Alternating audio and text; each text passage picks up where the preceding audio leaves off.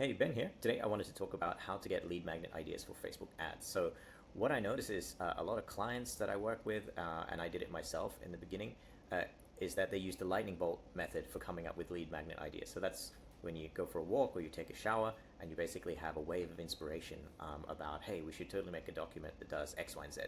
Don't get me wrong, sometimes this works. People are interested in that document, but the point is, I want to share with you some ideas that can help you narrow the scope a little bit and try to make more effective choices when it comes to making lead magnets. So the first one is to review the lead landscape. So Justin Welsh found this infographic from Lead Pages, and he has a discussion on it, which I'll link to.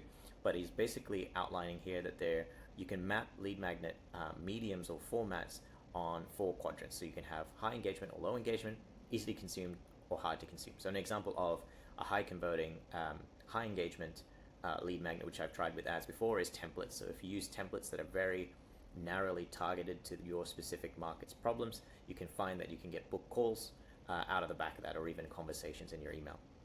Likewise, if you offer consultations, obviously you're getting on the phone directly to them and you get a good chance to upsell that person into your course or product or program. Versus if you do ebooks, I think ebooks really dated. I'm not sure if they work anymore, but hey, if you find that they do, please do that. But maybe they come back in 5 to 10 years. But that's a point of low engagement and low, hard to consume lead magnets. So that's definitely worth thinking about. Another point of view is that from Matt Lolson. So Matt Lolson is a multi-agency founder, and he basically says when you make your lead magnets, think of all the problems a person has related to your service. So he uses this example of a YouTube channel or a YouTube agency. But let's just say in this case you were a dietitian. So you might be thinking, okay, what are all the problems people have associated with dieting? And it might be like they don't know what to buy, they don't know when to eat, they don't know how to make a diet plan, they don't know whether XYZ is healthy or not, that type of thing. So you can list all of these things out and make a lead magnet for each of these ideas. And I would pair that together with this infographic to go which idea fits which medium and try to avoid the less engaging and lower converting formats for those ideas. So this is really cool. Another point that Matt makes is actually it's good to have more than one lead magnet, so that way you solve all the problems that people have with that particular service. And if you don't, someone might get that information from another source and end up converting for that person. So even if you filled 3 of the 5 gaps, somebody else came in there for the last 2 problems and they managed to get the conversion. So that was an interesting point of view, not something I've tried in practice. I am interested in testing that, but food for thought. The next one is find things to sell the thing. So this is an idea from Alex Hormozi, which everybody knows, but his point was you want to pitch a lead magnet that gets people interested in your service rather than pitching the service directly. So some things are better than others, and he suggests lead magnets that help people identify problems, offer free trials, or one step out of multiple. I'm sure there are many ideas that he's gone through, but he's obviously narrowed it down to these 3. I've tested this in practice, and I found it to be quite effective as well. So if you offer things like audits, that's interesting because it gets people obviously in the frame of mind, understanding that they have a problem and then wanting your help with it, and you can give them that advice on the call or by email or whatever way you want to do that.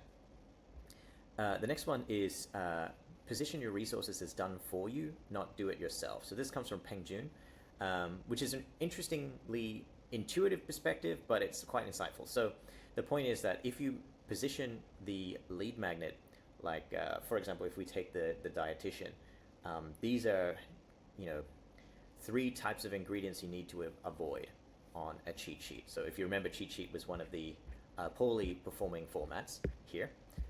Odds are you probably won't do as good as something like, here is a low carb shopping list for people in country who want to spend less than $100 a month, as an example, on groceries. So the second one sounds done for you, whereas the first one sounds like do it yourself. So Peng suggests that you keep this in mind, and I think that pairs nicely with finding the right format for that idea, which you've identified using Matt Larson's point of view here, which is very cool. The last one I wanted to bring up was optimizing for interaction. So Kevon is an expert in sharing your journey in order to grow your business with people who interact with your story on social media. And he talks about email drip courses a lot.